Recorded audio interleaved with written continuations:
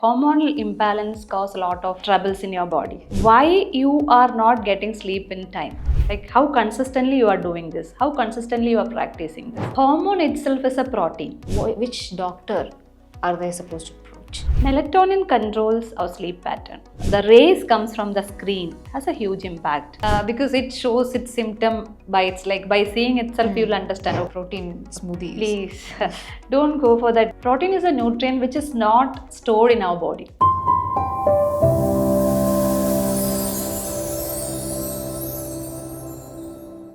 Welcome to the first day of She Speaks. She Speaks is meant for addressing the women's issues as well as their survival and success stories. And I'm Shrima with you. We have a wonderful guest here with us, Ms. Smita Sukumaran. She is the project officer of SNZ Group LLC in UAE. She has also worked for 21 years in the educational sector. Welcome, Smita. Hello. Since you have worked in the educational sector, you might have come across many girls who are going through the adolescent period. And it also comes with so many health concerns. So could you please explain on that? Yeah, adolescence is actually, we usually say it's a period of confusion. And again, a girl or a boy, it's a transition stage. They are not child anymore and they are not adults. So along with this, the main thing plays a main role is the hormonal fluctuations and hormonal balance. Everything should be taken care of in this period.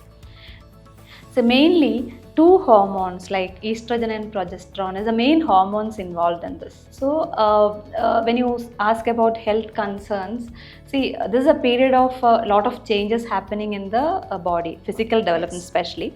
Like the breast development or whitening hip and onset of menstruation, right? So the problem, when you ask about problem or concerns, not actually a problem, it's a part of a natural growth.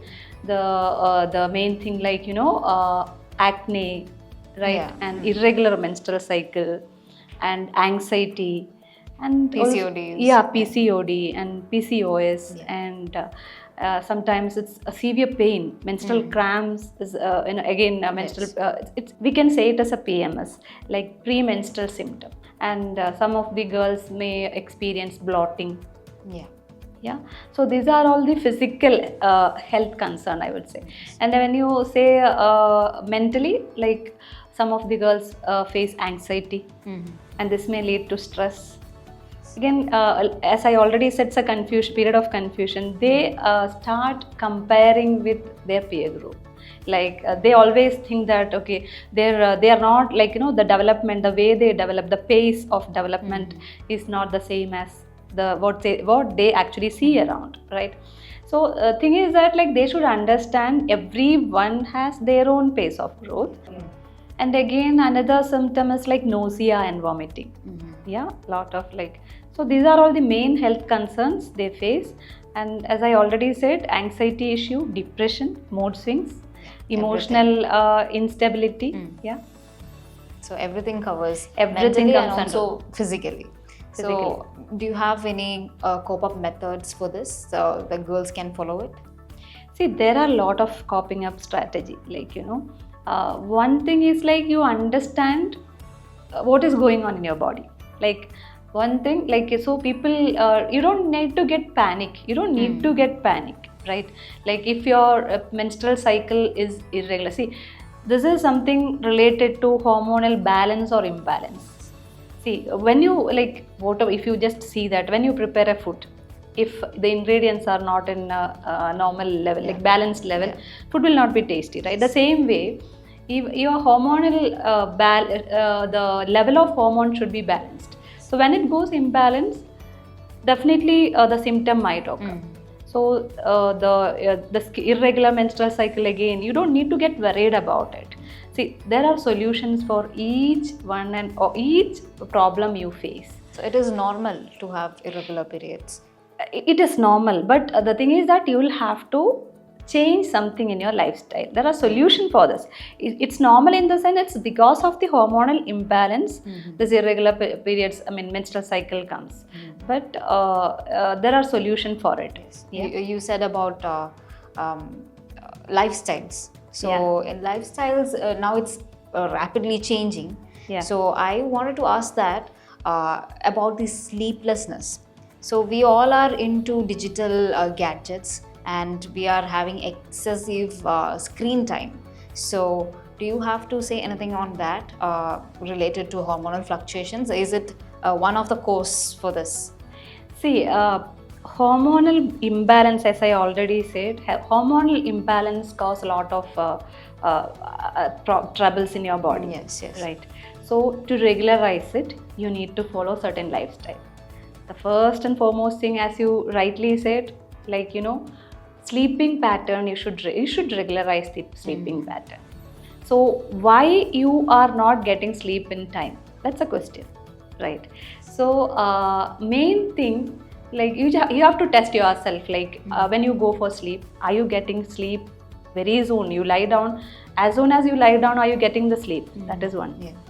And so reason, again the reason when you ask me, see, first and foremost reason you rightly quoted the electronic gadget uses. Yeah. See, melatonin controls our sleep pattern. I mean sleeping and getting up. That's it. Yeah. See, use of the rays comes from the screen has a huge impact. It might cause the decrease in the secretion of melatonin. Yeah. Right. So what you have to do is you have to keep your phone away at least 1 hour before you go for sleep. So melatonin is the sleep hormone. Sleep, I mean, it controls the sleep pattern, controls. right? So what you have to do is, like if you're planning to go for a sleep at 11 in the night, you have to keep your phone away by 10. Yeah. And if you're planning if you're planning to go for sleep at 12, keep it away by at least by 11, right? So see, these days kids have their own excuses. They say that the phone comes with that cover, which protects screen protection. It protects the rays from our eyes and all. No, it's not that. The screen definitely has an impact. So please, my suggestion is like you keep your phone away at least 1 hour before you go for sleep. Okay. Yeah. So you were saying about the problems, the health concerns which is related to hormonal fluctuations. So can you explain about each one of them? You were saying about acne, PCOD and all those things. See, it's like acne is a small pimple on your face, right? It's like how often you are washing your face. That matters, your cleanliness. And this pimple or acne is like we have a sweat gland, oil gland in our skin, especially on the face side. So what happens is when the hormone is not in balance, that oil, or we can call it a sebum, oil production is little higher. Fine. So this will get increased, and our pimple will get little more bigger. And mostly this can be like you can wash you can keep your face clean, and again with what you're washing your face is also matters, like the face wash you use. Like these days you get vitamin C, niacinamide.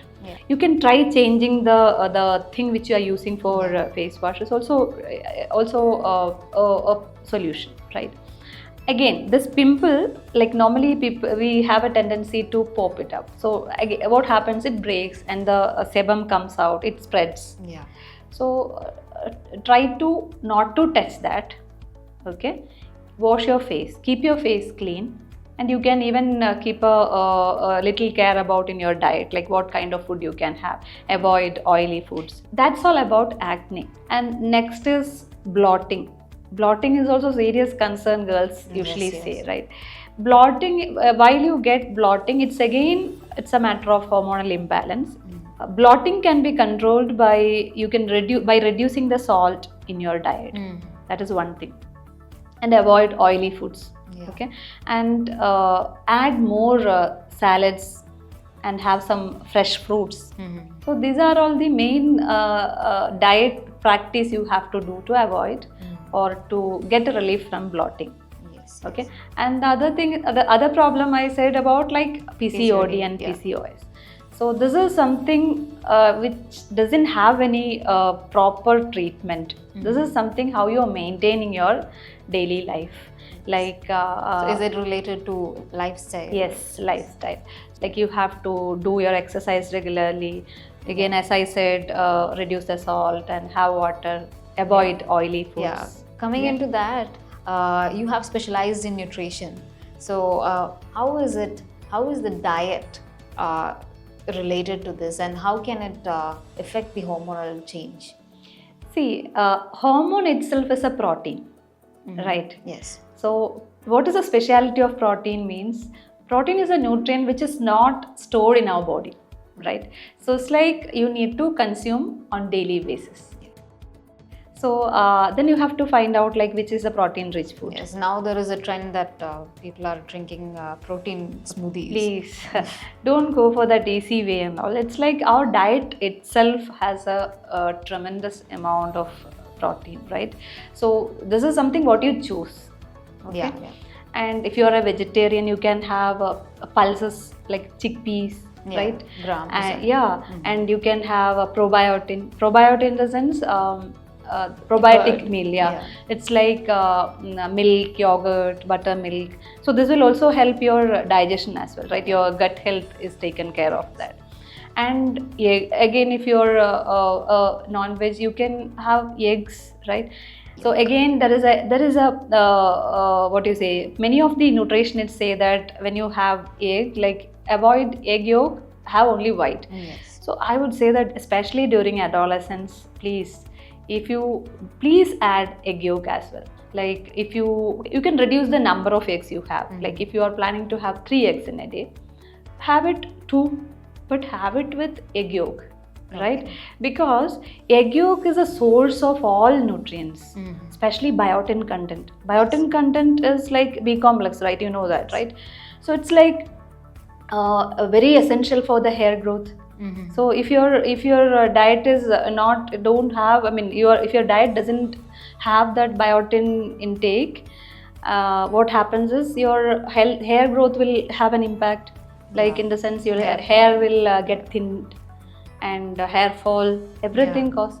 So if you're planning to have egg in your diet, please have egg white and egg yolk. All together. Yes. So even exercise, you mentioned about exercise, that is also related to this, because it can give you some pleasure when you do exercise, and it can balance your hormones. When you speak about exercise, what people think that like, okay, I have to go to gym, I have to lift that weight, again daily practice, will I be able to do that? So all those concerns arise.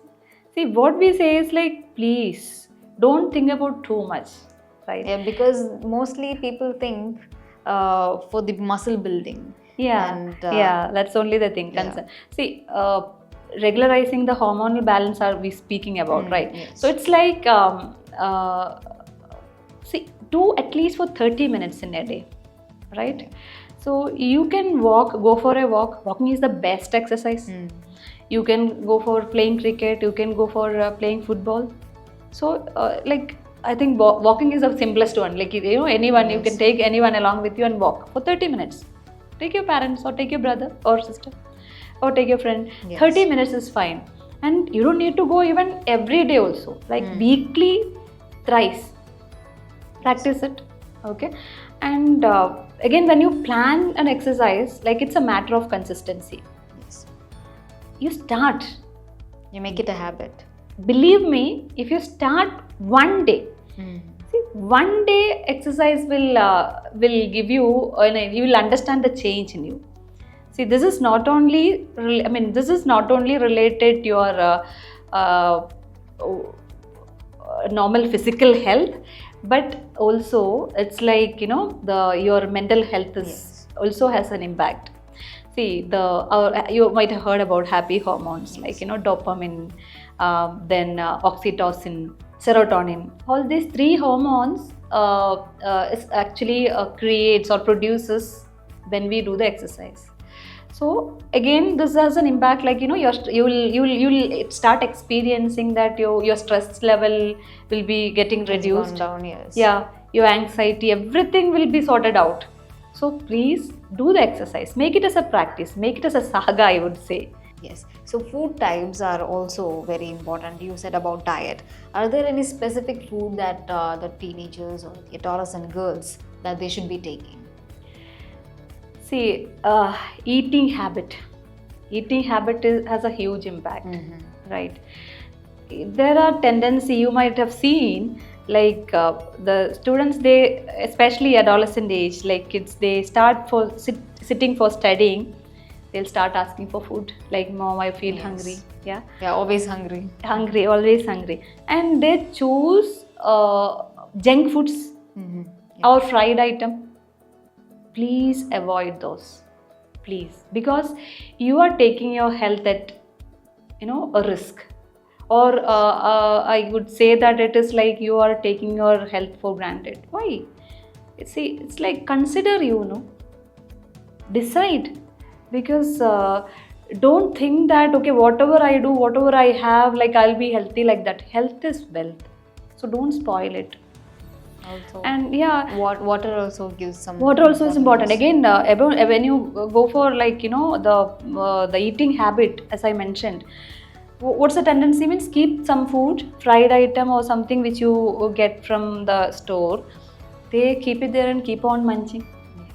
Because of your studies, definitely there will be a lot of stress in your so maybe to reduce that only you are doing this, or you are feeling hungry, right? So for that, replace all these things with some other nutritious thing. You can keep almonds, or you can keep sunflower seeds, nuts, nuts fruits and seeds, and roasted nuts. one. You can keep it in a bowl, keep it in a box, keep it in your study, on your study table. Have it. So it serves the same purpose. You're feeling hungry, right? So this will solve the issue. So what happens? You're taking care of your health. You're having your healthy food. Yeah. So everything, your diet has a direct impact on hormonal balance. So if this is not balanced, what happens? All the symptoms you'll experience, as I already said. Then water. My God. Water consumption is very low. Especially of this adolescent kids, not only adolescents, everyone is like not that much keen for having this water. What's the role of water? 75% of our body is actually water, right? Yes. And almost 4 to 5 liters of blood. Again, to produce the hormone, you need water. So what we say is, like, normally 8 glasses of water in a day is mandatory. Yes. But we don't have it. So children, you should definitely take care of your water consumption, because this will make you help to balance the hormonal, maybe the hormone level, and again it will give you freshness. And I always say, like, when you have more water, you can feel a glow in your face, right? Water builds the beauty. Beauty, right? You don't need to use all those cosmetics. Instead, you can have water, plenty of water. Not too much, but at least 8 to 12. And you can keep a timer for that. What normally I recommend is, like, you have it in a bottle, like, 2, 3, 4 bottles. Keep it on your table. You make it a point that you will finish before the go for sleep.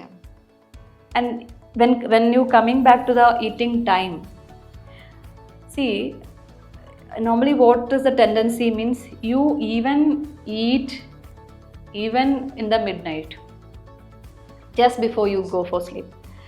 Please don't do that. At least complete your meal 3 hours before you go for sleep.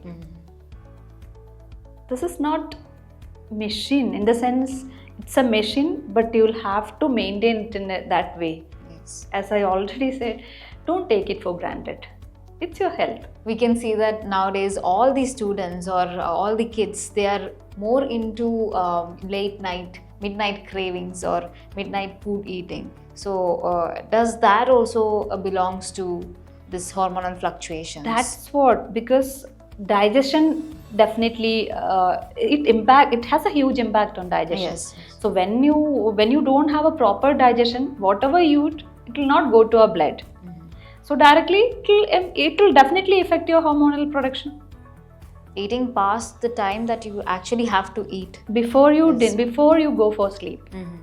right? Yes. Before you, it's not a matter of midnight or something, but before you go or a rest, or it's a resting period. So before that, 3 hours in advance, like you'll have to plan your meal.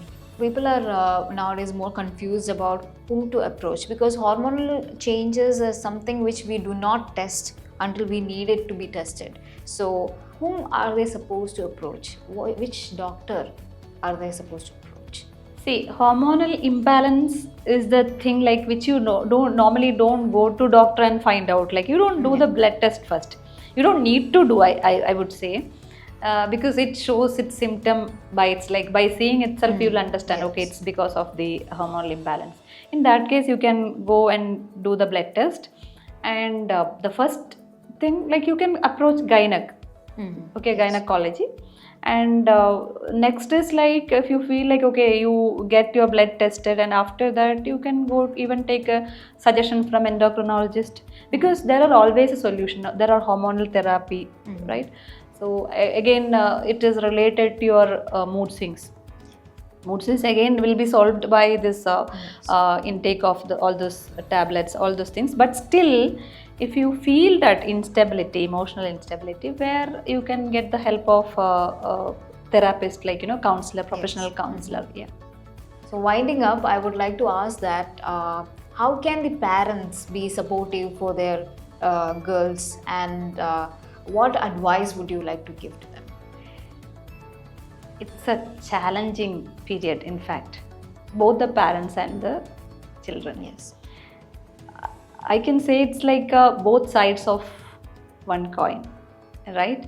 Because parent of an adolescent is also going through an hormonal imbalance stage. Like they'll be in the perimenopause or menopause stage. Yeah. When you consider mothers, when you consider father, like he'll be in a midlife crisis, like 40 to 50 or maybe 55, like that, right? So still they have to understand what is going on in their body, and especially of their kids. And first and foremost thing is that they should be considerate. They should not be judgmental, right? And again, they should create a safe and open environment for a better communication.